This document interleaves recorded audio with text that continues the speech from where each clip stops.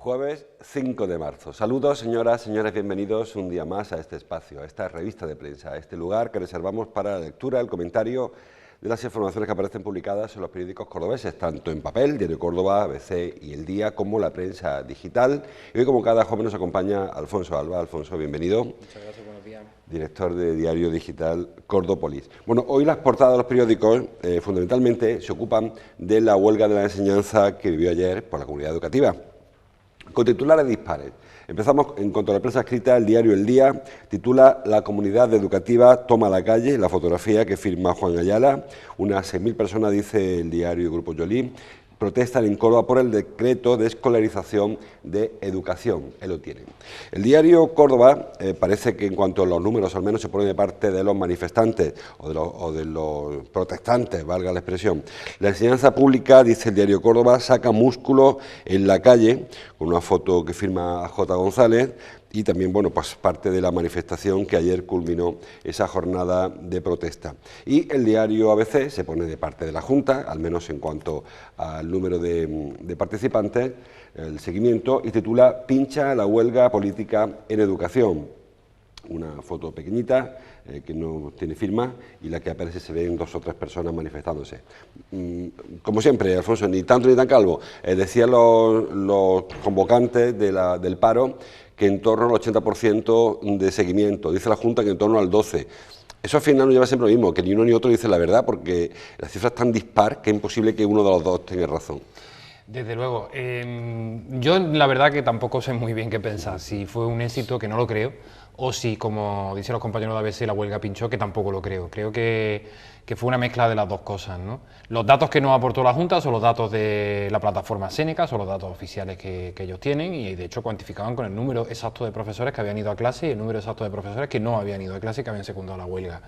Se hablaba del 12,1%. Yo no tengo por qué dudar de esos datos más o menos ciertos, porque es verdad que los sindicatos nos hablaban un poco de memoria, ¿no? Hablaban del 65-70% de seguimiento entre el profesorado, y entre los alumnos hablaban de un 80%, salían cifras como muy redondas. Sí que es cierto que la movilización, la manifestación en Córdoba fue importante, fueron miles de personas, la policía local hablaba de 5.000 y los propios organizadores elevaban la cifra a 6.000.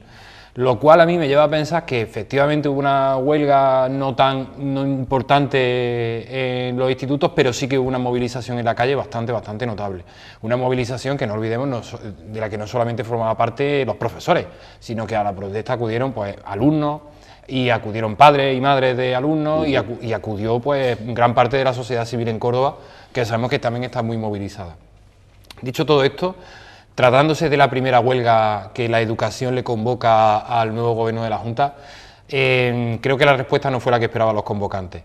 Había como una especie que se estaban intentando medir las fuerzas, ¿no? Luego al final hubo un debate en el Parlamento en el que el consejero Javier Imbroda sacaba pecho, ¿no?, de que la huelga había fracasado. El propio Elías Bendodo hablaba también de que la huelga había fracasado. Y yo creo que los convocantes tampoco estaban del todo contentos. Creo que la cosa se ha quedado en empate. Yo lo dejaba un poco en tabla y sobre todo esperaba acontecimientos. Yo entiendo que la comunidad educativa tiene razón en las protestas que se convocaron ayer. Hay que proteger principalmente a la educación pública, no hay que hacer una ley para favorecer a nadie, las leyes están para favorecernos a todos por igual, y la igualdad absoluta nos la da la educación pública. La educación concertada, que se financia con fondos públicos, está muy bien, pero los profesores, por ejemplo, no pasan una oposición como los profesores de la pública. En fin, hay determinados condicionantes que hacen que no sea exactamente igual que la otra educación. Así que veremos en qué queda esto. Parecía que ayer iba a tomar algún tipo de decisión la Junta de Andalucía, pero viendo el no éxito de la huelga, parece que al final se han frenado. En cuanto a los números, siempre que ocurre una convocatoria de este tipo, siempre hay una discrepancia enorme de números. Hay una explicación, porque los convocantes incluyen como participantes a todo el que no va a trabajar. Eso incluye vacaciones, bajas médicas, los servicios mínimos, todos los que no van a trabajar están en huelga. Mientras que el que sufre la huelga pues excluye a todos los que están, pues eso, en las vacaciones y tal, como si estuvieran trabajando. Y por eso esa discrepancia. Pero claro, una discrepancia que puede andar en 10, 12, 15 puntos, no 60, que es lo que ayer vimos todos como una exageración. En cuanto al éxito o fracaso de la convocatoria, que decía Alfonso, creo que aquí hay un factor importante.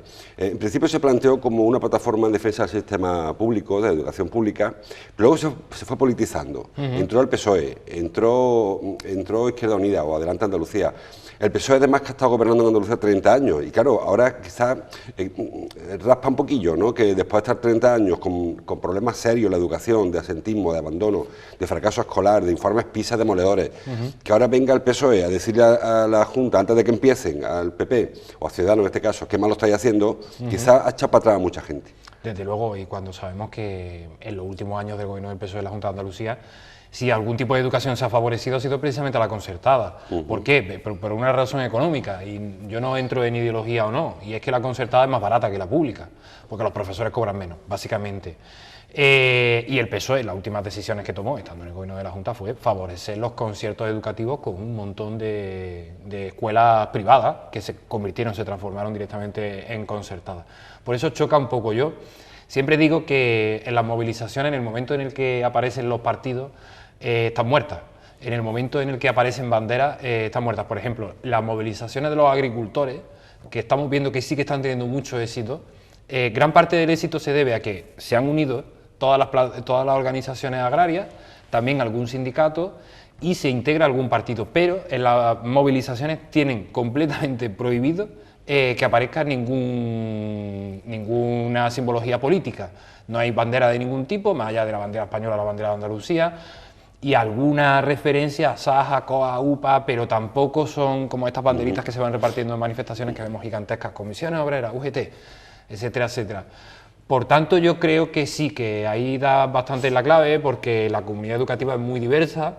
Esto es un problema que afecta a la comunidad educativa en su conjunto, y hay algunos que no se sienten identificados con determinados convocantes. También puede haber un poco de crisis de representación en este sentido, y se le debería haber dado más protagonismo a la plataforma. Ayer, por ejemplo, en el tren de voces previo a la manifestación en Córdoba, pues todos los que hablaban, yo no recuerdo que hubiera nadie de ninguna plataforma. Comisiones, CESIF, UGT, el Frente de Estudiantes. El Frente de Estudiantes, el Sindicato de Estudiantes. O sea, creo que ahí sí que se debería dar un poquito un paso atrás por parte de... Si los partidos y los sindicatos fueran generosos, deberían intentar dar un paso atrás y no capitalizar todas las movilizaciones. Y ceder el protagonismo a la sociedad civil, a la comunidad educativa de verdad, no intentar sacar rédito de este tipo de actos, porque al final le sale el tiro por la culata. Por cierto, paréntesis, La Salle, Córdoba, el mejor centro concertado de Andalucía, así que enhorabuena a los... Pero repiten, creo, que es como llevan como 7 u 8 años siendo el mejor concertado de Andalucía. En cuanto a, por acabar con este asunto, coincide en el decreto de escolarización de la Junta con el anuncio de la ley CELA, de una nueva reforma del sistema educativo, la enésima, no sé cuántas lleva ya, cada vez que hay un cambio de gobierno, un cambio de ley, y probablemente afecte la ley CELA, cuando se apruebe, estamos en fase todavía muy inicial del proyecto, afecte a la relación con los conciertos educativos. Yo no sé si ya en Madrid se ha anunciado que se va a recurrir la ley, que es una ley que no existe, pero ya se ha anunciado un recurso para cuando venga, y en otras comunidades del PP fundamentalmente contra una ley del PSOE, en este caso, el gobierno progresista, en el Ministerio de Educación del PSOE. En Andalucía pasará igual, supongo, cuando toque. Sí, yo no tengo ninguna duda de que se recurrirá a esa ley. Y donde yo iba, Alfonso, perdona, es que al final resulta que las partidos de izquierda defienden un sistema y los de derecha defienden unos conciertos. Y creo que eso es un problema para la comunidad educativa. Hombre, es un gravísimo problema para la comunidad educativa. El gran problema que tiene España desde el siglo XIX es que no hay unanimidad de cómo tenemos que educar a los futuros ciudadanos. Y la derecha tiene una visión de la educación y la izquierda tiene otra visión de la educación. Todo muy contaminado, como te insisto, desde el siglo XIX, cuando, por ejemplo, la Iglesia se dio cuenta de que perdía poder si no conquistaba las escuelas, ¿no? Y desde que la Iglesia entró en las escuelas, pues todo cambió, ¿no? Y eso es lo que ha distorsionado esos dos modelos educativos. Vimos lo que pasó en la República, ¿no?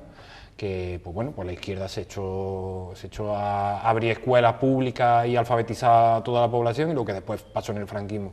Y yo creo que somos herencia de todo esto. Han pasado muchos años, pero todo viene desde entonces. Y lo que hace falta, que es una auténtica utopía en este país, es una ley educativa que contente a todo el mundo y en el que todos nos sintamos cómodos. Y yo creo que esa reforma educativa donde tiene que estar precisamente en los colegios públicos, el gobierno y hasta la Junta. Lo que pasa es que ideológicamente la Junta no va a ir por ahí. Tiene una oportunidad de oro con la crisis de natalidad que vive España. Con esta crisis de natalidad que hay, lo suyo sería ir eliminando progresivamente los conciertos y reforzando la educación pública, porque los colegios existen. Lo que no puede ser es lo que está haciendo la Junta de Andalucía, que es al revés, ¿no? Es garantizar el negocio de la educación concertada, oye, mira, yo te voy a dar la libre elección, te voy a dar todo este tipo de beneficios para que los concertados estén siempre llenos y los públicos poco a poco se vayan vaciando. Yo creo que ese es como el gran problema y es algo que sí que se debería regular, pero a nivel estatal, porque la crisis de natalidad es de toda España. Va a ocurrir en Galicia, va a ocurrir en Castilla y León, está ocurriendo en el interior de Andalucía, lo estamos viendo, ¿no?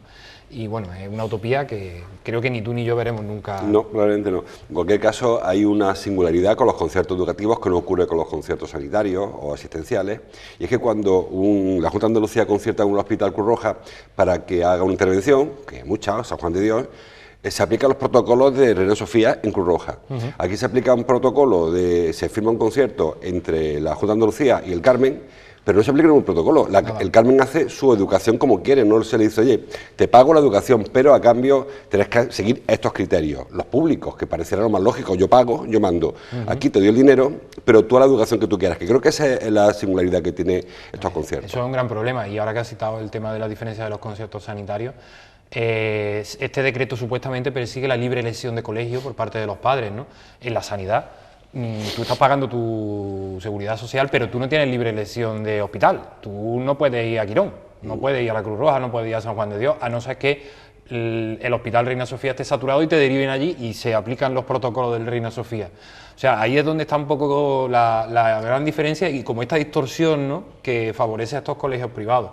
Y desde luego, a mí me parece muy importante, y no tengo absolutamente nada en contra de los profesores de la concertada, y entiendo que todos lo hacen todo lo bien que saben y muchos educan mucho mejor que algunos de la pública, pero un profesor de la concertada no pasa, digamos, los exámenes que pasa uno de la pública. No digo que sea mejor el examen de la pública, que de hecho pienso que es bastante peor el examen de la pública, y bueno, y los profesores de la concertada pueden ser despedidos, cosa que no ocurre en la pública, en fin, cobran menos, además, cosa que tampoco ocurre en la pública, y creo que hay una cojera ahí muy importante. Luego, aparte, a mí personalmente me parece muy grave que estos conciertos educativos perpetúen el clasismo, al fin y al cabo, porque parece que es que los concertados son los colegios de los ricos y los públicos son los colegios de los pobres, y todos los pobres aspiran alguna vez a estudiar en un colegio concertado para sentirse un poco como rico, ¿no? Cuando la educación tiene que ser igualitaria, como en Francia. Yo ahí soy muy francés, ¿no? En la école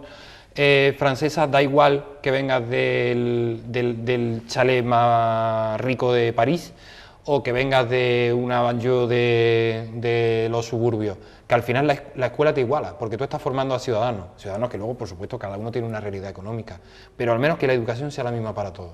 Bueno, en el caso de los conciertos, y yo tampoco voy a defender la educación privada, pero es cierto que los alumnos de Salesiano o del Carmen no tienen un estatus social especialmente alto. A lo mejor en otro colegio sí, ¿no?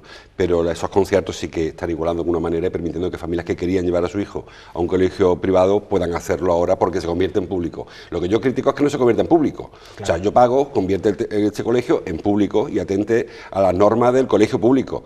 Ahora, que un padre prefiere llevar a su hijo a Salesianos que al colegio público que esté al lado, lo entiendo, cada cual sabrá, pero ese colegio debe hacerse, no digo que haya que nacionalizarlo, pero al menos sí que su sistema educativo se asemeje lo más posible al otro, al de los. Desde luego, y luego hay otra cosa que los concertados no ocurre, que sí ocurre en los públicos. Cuando hay un alumno con necesidades especiales, siempre va al público. Es muy complicado que un concertado, porque tiene que hacer una gran inversión de adaptación, acoja a ese alumno con necesidades especiales.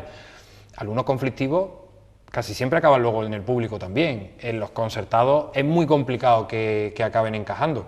Por eso es por lo que te digo del tema de la igualdad. Oye, que sí, que cada uno puede elegir el mejor centro donde estudie, pero que todos tengamos las mismas condiciones y que estemos en igualdad de condiciones y no acabemos creando guetos, ¿no? Porque a mí la sensación que me da es que al final, pues, una familia del sector sur pues va a querer que sus hijos estudien en un colegio concertado y los que se van a quedar en el cole del sector sur, pues van a ser, entre comillas, pues como los peores, ¿no? de su generación, y se acabe creando pues colegios de primera, colegios de segunda, colegios de tercera y de quinta división, como puede ocurrir. Bueno, lo malo de este asunto, por acabar, es que nunca va a haber un pacto, porque solamente se pide consenso cuando se está la oposición. Ahora el PSOE pide consenso a la Junta para el decreto de escolarización, el PP pide consenso a la ministra Celaá, no lo pidió Wert cuando sacó su ley, que la sacó por su rodillo. Entonces cada cual pide consenso solo cuando le toca sufrir el rodillo del otro. Sí, ese es el enorme problema. Y bueno, y aparte que también, por ejemplo, en la Junta hay 3 partidos que se tienen que poner de acuerdo, en el gobierno central hay 7 u 8 partidos que se tienen que poner de acuerdo,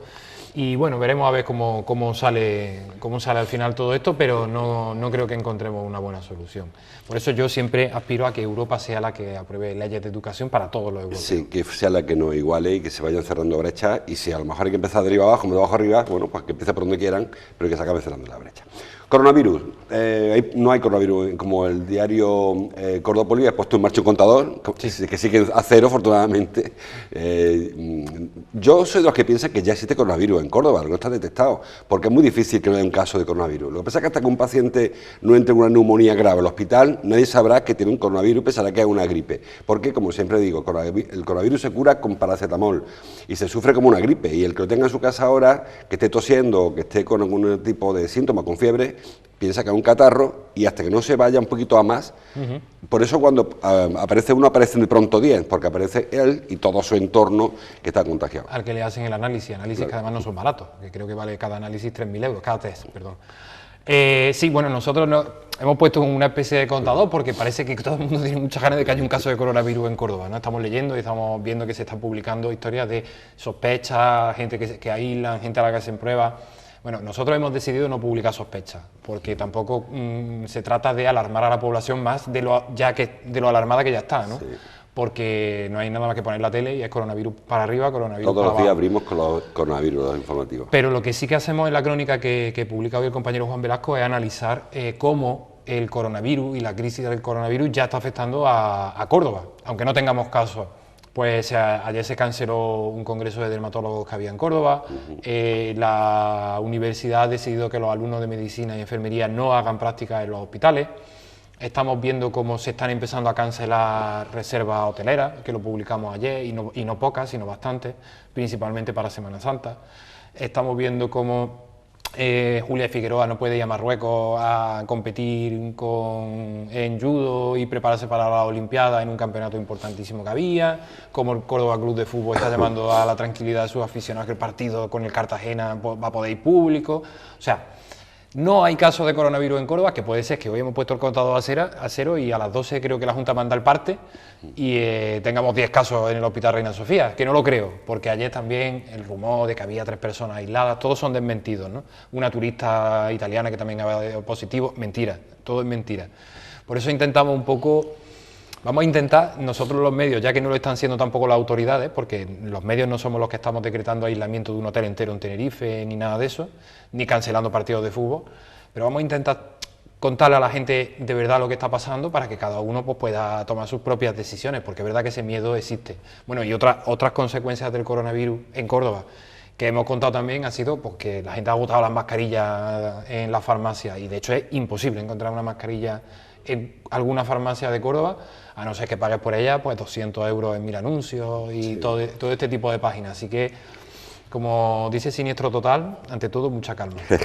Mascarillas inútiles, que lo decimos siempre, que no sirven para nada, que las mascarillas están diseñadas, las que se están utilizando, para evitar que el que se la pone contagie al resto, no para que alguien no se contagie, porque las mascarillas tienen, con las de los cirujanos, las que se está usando fundamentalmente, no sirven para evitar el contagio, en caso de que hubiese virus y en caso de que pudiésemos contagiarnos. Como decía Alfonso, las consecuencias van a ir a más, y como no cambie mucho la temperatura, que parece que este virus, que con el calor puede ser que se desinfle un poquito, creo que la psicosis va a ir en aumento, y no sé hasta, porque es muy difícil parar esta pelota.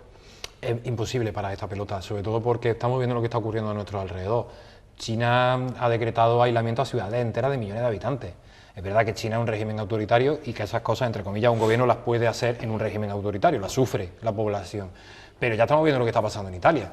En Italia acaban de suspender el colegio para los niños. Bueno, el campus de Segovia ha cerrado esta mañana. Sí, o sea, y yo creo que poco a poco todas estas medidas... Francia ha prohibido las aglomeraciones de más de 5.000 personas para evitar el contagio. De hecho, Francia e Italia recomiendan a sus ciudadanos que no se besen, que no en público, que no se den la mano, que mantengan mucho la higiene. Creo que el obispado de Málaga ha retirado el agua bendita de la iglesia. Creo que los besamanos de la Semana Santa van a empezar a limitarse, por no decir prohibirse. El besapié de Cristo Medinaceli, que de Madrid, se ha prohibido esta mañana. Se ha decidido que quien vaya, que le haga un gesto a la imagen del Cristo Medinaceli, pero que no puede besar claro, la imagen. O sea, yo creo que toda esta psicosis vaya más. Yo no quiero anticipar medidas que se puedan tomar, ¿no? Yo no voy a decir que la Semana Santa, por ejemplo, esté en peligro. Pero a mí me encanta el ciclismo, ¿no? Y yo nunca había visto la suspensión de la clásica Milán-San Remo, que se ha suspendido por primera vez desde la Segunda Guerra Mundial. O sea, que si las autoridades italianas están tomando ese tipo de decisiones importantísimas allí en Italia, donde es verdad que tienen, me parece que son 36 muertos y 3.000 contagiados, aquí que íbamos creo que por 220, puede que acabemos viéndolas dentro de una semana. Y dentro de una semana es Semana Santa. Y es verdad que eso sí que sería un auténtico misil en la línea de flotación de la economía cordobesa, porque que el periodo, la temporada alta de Córdoba, del turismo, que es Semana Santa, que van a ser después las cruces y que va a ser después las ferias, pueda llegar a estar afectado, eso sí que afectaría de lleno a la economía, sí que generaría bastantes problemas. Pues confiamos en que la psicosis se desescale, que se dice en otros ámbitos, y las cosas vuelvan a su sitio. También hubo ayer tensión en el pleno del Ayuntamiento, cambiamos de asunto. Ayer se celebró pleno de ordenanzas, un pleno raro porque se está debatiendo un asunto que ya está en los tribunales antes de empezar. Dice, por ejemplo, el diario, no sé dónde, cualquier periódico viene, por citar alguno. La oposición, dice el diario El Día, lleva al TSJ a las ordenanzas para que se dictamine si son legales. Aparecen todos los periódicos. También Cordópolis lo dio ayer. Es curioso porque la oposición se agarra a un error burocrático o legal porque no tienen informe preceptivo de intervención para tumbar unas ordenanzas y mientras que el equipo de gobierno dice que no, que van para adelante, y se produjo un pleno que no tiene trascendencia ninguna, por lo tanto. Sí, fue un pleno un poco raro. A ver, lo que hizo la oposición fue anunciar el recurso en el TSJ, poner una especie de preaviso, por llamarlo en un lenguaje que lo entienda todo el mundo. Llevó el caso, para que los plazos no se lo coman, ¿no? Llevó el caso al TSJ, le dijo, como se va a celebrar un pleno, en el caso en el que finalmente el pleno tome la decisión de aprobar las ordenanzas fiscales del Ayuntamiento de Córdoba, nosotros vamos a presentar un recurso. Y fue una cuestión prejudicial, básicamente. Entonces el TSJ ya está avisado y ahora lo que harán, después de lo que anunció ayer el PSOE, Podemos, Izquierda Unida, será llevar el caso, llevar las ordenanzas fiscales de Córdoba al TSJ. Yo pienso como con el tema de la huelga educativa, que a veces vamos demasiado rápido. No sé qué harán, ¿no?, cuando de verdad haya grandes problemas de gestión en el Ayuntamiento de Córdoba, qué decisiones tomarán entonces. Ya hubo un antecedente hace muchísimos años en el Ayuntamiento de Córdoba de unas ordenanzas fiscales que acabaron en el TSJ. Creo que fueron las ordenanzas fiscales del año 2002, 2001, no cito de memoria. Y el TSJ, 5 años después, la anuló por un defecto de forma. Pero el propio TSJ decía que habían pasado 5 años, que los impuestos estaban cobrados, que había otras ordenanzas fiscales en vigor ya en el Ayuntamiento, que se habían aprobado 4 ordenanzas fiscales más y que por tanto era una sentencia que no tenía sentido. Entonces advertía al Ayuntamiento, señores, ustedes incumplieron esto, no lo hagan más, básicamente, que creo que es lo que puede ocurrir aquí, ¿no? Que es más casi gesticulación que otra cosa, porque el defecto de forma, que nadie se lo olvide, es que a las ordenanzas fiscales en la aprobación definitiva le faltaba un informe de intervención que según el Gobierno municipal ya lo tenían en la aprobación provisional y que en ese tránsito no se cambió absolutamente nada, solamente faltaba un informe y no había modificación presupuestaria alguna. O sea, el informe dice el sentido común, aunque no existía, que iba a decir exactamente lo mismo que dijo la aprobación provisional. O sea, una cuestión técnica desde mi punto de vista menor. Yo me iría a los juzgados, pues si de repente veo que hay impuestos que son gravosos para los ciudadanos, si se pone en riesgo la viabilidad del ayuntamiento, si se están tomando decisiones injustas a sabiendas. Ese es mi punto de vista. desde Sí, luego. la sensación es que me va a atacar el fondo, el contenido de las ordenanzas, que bueno, es cuestionable seguro, y habrá que le guste más, que le guste menos, subida, bajada impositiva, etcétera. Se intenta buscar un resquicio ahí para paralizar una acción de gobierno que habitualmente no funciona, con lo cual parece que estamos en un teatrillo, ¿no? Yo saco para adelante esto, yo te lo paro, intentando demostrar que yo tengo peso, que yo... O quizá lo que también se ha interpretado en algunos casos es la necesidad de que se posicionen los grupos, no es como Vox se decanta con el equipo de gobierno, la famosa foto que no la quieren, pero sí que la necesitan cuando hay que votar en los plenos. Que al final lo único que quedó fue eso, el apoyo de Vox a las ordenanzas y la pataleta de la oposición, porque no pudo frenar el contenido, que es lo que supongo yo que quería en el fondo. Desde luego, y no sé, yo no me imagino a un vecino de Fátima pensando que, bueno, que hay que ver qué grave es que se haya aprobado la ordenanza sin el informe de intervención y que a ver qué es lo que pasa en el TSJ. Yo entiendo que un vecino de Fátima lo que quiere saber es cómo voy a pagar menos impuestos, o a qué se van a dedicar mis impuestos, o por qué mis impuestos no se dedican a arreglar la calle de mi barrio, que está hecha una porquería. En cualquier caso, esta parte de los presupuestos es la parte de cobrar, no la de gastar. Es decir, que lo que se aprobó ayer es la parte de ingresos, es decir, ordenanzas fiscales, y luego toca aprobar el presupuesto, que ya incluye los ingresos, que son estos, más los gastos, que son donde sí que realmente hay política, donde esperamos que haya un debate y veamos líneas editoriales de las líneas políticas de los partidos, porque hasta ahora, lamentablemente para el votante, es algo frustrante, que cuando llega un equipo de gobierno y otro nota diferencia, a lo mejor lo grueso, nota... Y eso, para el que vota y piensa que va a cambiar algo...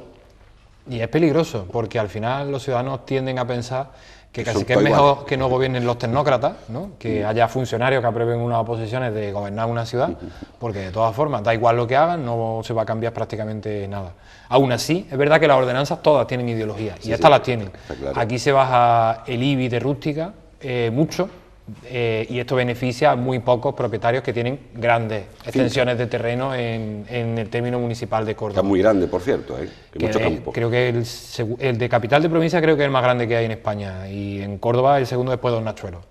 Y hay determinadas cositas, ¿no? Que, por ejemplo, se baja el impuesto de vehículos, cuando lo que te está diciendo ahora, que es que lo tienes que subir, te lo está diciendo Europa, para que la gente coja menos los vehículos, etcétera, etcétera. O sea, tienen su poquito de ideología, aunque no hay grandes matices a grandes rasgos. Seguimos en el Ayuntamiento. Publica hoy diario ABC, continúa con la polémica del Grupo LAR y de Cordel de Écija. Dice ABC ahora que el Grupo LAR planteó siempre el mismo espacio para ocio y comercio en el Cordel de Écija. Recuerden, una parcela que tiene en torno a 210.000 metros cuadrados, que va desde la Avenida de Cádiz, de la trasera del edificio, Avenida de Cádiz, hasta el río, desde el puente de San Rafael hasta el puente de la Ronda, puente de Andalucía, y que, según hemos ido conociendo esta semana, de esos 210.000 metros cuadrados, 100.000 metros largos van por un espacio comercial y de ocio. Más comercial que de ocio, porque yo el ocio que allá se anunció es comercial también, o sea que habrá un gimnasio, es de ocio, pero siempre que paguen, no es ponerte un parque, para que nos entendamos. La oposición ahora, que fue quien conoció el informe cuando era en gobierno, entonces lo bendijeron y dice ABC que el informe no ha cambiado, o sea que el proyecto de LAR era el mismo en febrero que ahora y que siempre. No sé si algún día nos enseñarán el informe, nos enseñarán el proyecto y veremos la fecha y veremos si es cierto o no. Claro, no podemos saberlo. Yo lo único que sé es que Rafael de la O y Pedro García del Barrio, que fueron los que se inventaron, en sus cabezas se inventaron este proyecto al que se adhirió el Grupo LAR, no han querido firmar el nuevo proyecto, o sea que algo habrá cambiado cuando ellos no lo quieren firmar.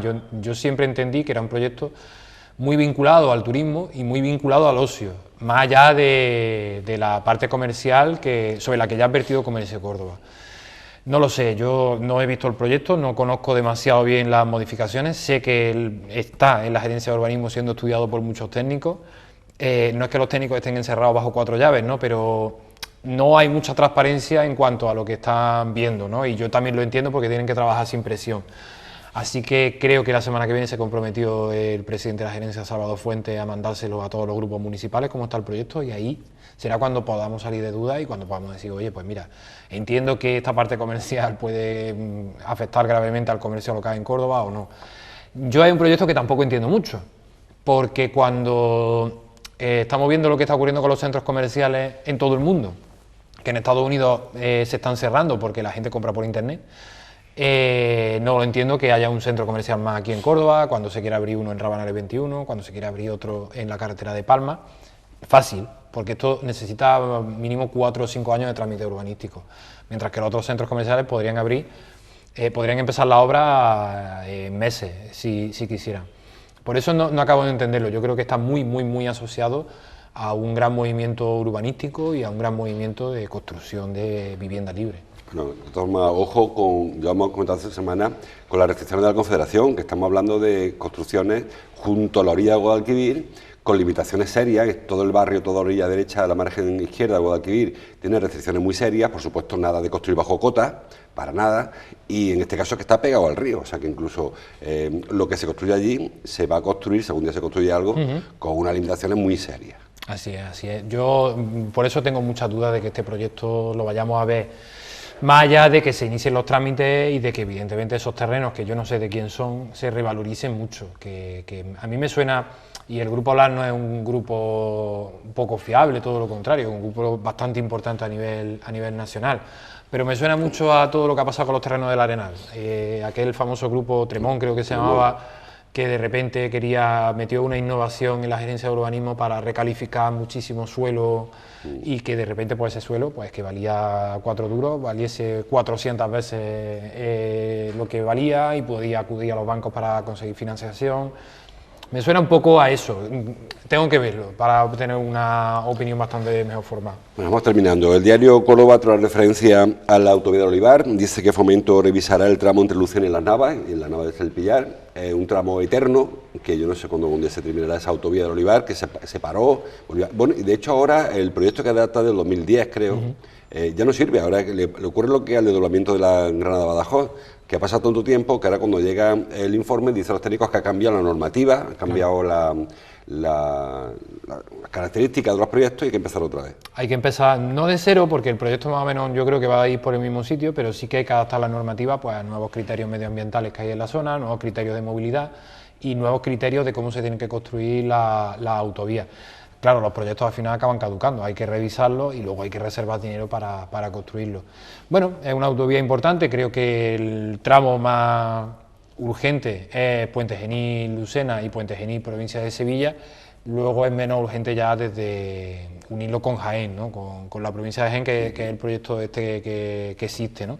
Pero bueno, que acabará llegando. Y también es muy costoso porque sabemos que ahí está la subbética y que ahí no es lo mismo construir una autovía aquí en la campiña, claro. No tiene el mismo precio ni las mismas características que subir ese pedazo de montaña o hacer túneles y demás, que es lo que se necesita. Porque eso hay quien piensa que con tanta revisión de proyectos se está dando patadas hacia adelante. Lo pasó con la Ronda de Poniente también, con la Ronda Norte de Córdoba, que cuando te encuentras con que hay que ponerse ahora a hacer lo que dijiste que iba a hacer, encarga un proyecto, y con lo cual ganó otros pocos de años y hasta que el proyecto se redacta, se elabora otra vez. No se puede hacer de otra manera también, por defenderlos, ¿no? Pero sí que es verdad que los proyectos, una vez hechos, tienen que estar actualizándose año a año. Oye, pues entra una nueva normativa, como tienes profesionales dentro de la consejería, que todos esos profesionales adapten el proyecto que ya existía, ¿no? Para no encontrarte con este tipo de problemas y que sea algo más ágil.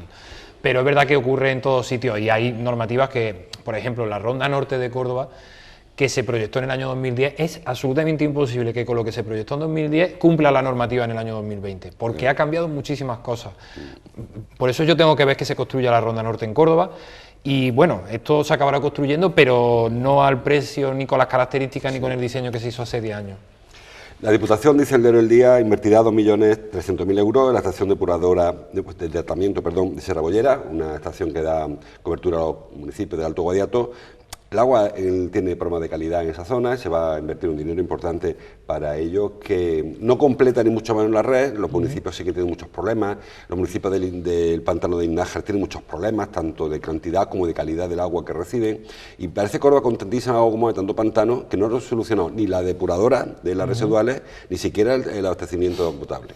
Sí, desde luego, esta es una de las grandes demandas. Yo llevo ya 20 años en la profesión y en 20 años creo que llevo escribiendo de Sierra Bollera desde el primer día. Y hace 20 años recuerdo a lo mejor que pusimos algún titular en plan de la construcción del pantano de Sierra Bollera calmará la sed de los pueblos de los Pedroches y del norte de Córdoba. Y hasta ahora que la Diputación no está construyendo la depuradora, los pueblos de los Pedroches no pueden beber agua directamente de Sierra Bollera, porque es un embalse que se utiliza principalmente para la ganadería y para el riego que hay en la zona. Y es verdad que también hay una parte de consumo humano, pero que necesita unos altos costes de depuración y demás. Bueno, por fin, yo diría que por fin, ¿no? Se se va a solucionar el gran problema que tiene el norte de Córdoba con el abastecimiento de agua, y lo va a hacer la Diputación con una enorme inversión, que es verdad que se ha retrasado mucho porque ha habido problemas de canalizaciones, ha habido problemas de expropiaciones, ha habido problemas técnicos, ha habido falta de dinero, etcétera, etcétera. Y ahora falta la gran inversión también en el sur, ¿no? Y sobre todo yo creo que el gran problema que habrá, porque podemos construir todos los pantanos del mundo, es con el tema del agua, de la lluvia. Si no llueve, no hay pantano, y si no hay pantano, no podemos beber tampoco, y ahí creo que ya no vale solo con construir estaciones depuradoras, sino que hay que ir un poquito más allá. En cualquier caso, hay que recordar que el gran consumo del pantano es regadío, y la industria, en Córdoba lamentablemente solo regadío, porque industria no tenemos, y que el porcentaje de agua que se destina al consumo humano llega al 5% del total del volumen de agua que se desembalsa, es decir, que el problema debería llegar antes, supongo, para el campo y cambios de hábito, volver al secano donde haya que, o cambiar de cultivo, buscar cultivos que sean más sostenibles y no empeñarnos en cada vez construir más embalses, porque el agua, da igual que el embalse en el Guadiato arriba, que el Guadiato en medio, que el Guadiato abajo, el agua es la que es. Sí. Igual que hagas 5 embalses, porque este pantano, el Serrabollera, es el mismo río, el Guadiato, que Puente Nuevo y que La Breña. Es decir, si tú llenas un pantano, tienes que vaciar otro, no hay agua para llenar los dos. Y eso parece que a veces no lo entendemos, que no consiste en hacer agujeros y llenarlo de agua. Vamos a terminar, Alfonso, con una información que de vosotros sobre el hotel que hay cierta duda, el hotel de América, en la esquina con Hernández Fontá. Fernando de Córdoba. Fernando de Córdoba, efectivamente, no sé el nombre de la calle, que ya para mucho tiempo, que se puso unas vallas muy rápido, que iba a ponerse en marcha, y que aparecieron restos romanos, parece, que son romanos, ¿no? Sí, son restos romanos, parece muy arrasados, según nos han comentado los arqueólogos, y la propiedad se han comprometido en integrarlo dentro del hotel. Es verdad que es una maravilla que tú vayas a un hotel en Córdoba, cualquier hotel, y en el sótano pues haya un congreso y veas restos romanos. Pasa en el Bailío, pasa en el Conquistador, por ejemplo, que hay salas donde te estás pisando, viendo los suelos, los restos anteriores. Pues el compromiso de la propiedad con la Gerencia Municipal de Urbanismo es la de conservar esos restos e interpretarlos y demás. Es muy interesante, por lo visto, un muro que aparece, que se ve al fondo de la imagen que damos, y un pozo, ¿no?, que hay que ver un poco. Parece que el pozo es califal, ¿no?, y que los restos son de antiguas viviendas romanas. Y bueno, y son viviendas que están extramuros de la muralla romana, porque Avenida América sabemos que es extramuros, intramuros es a partir de Ronda de los Tejares.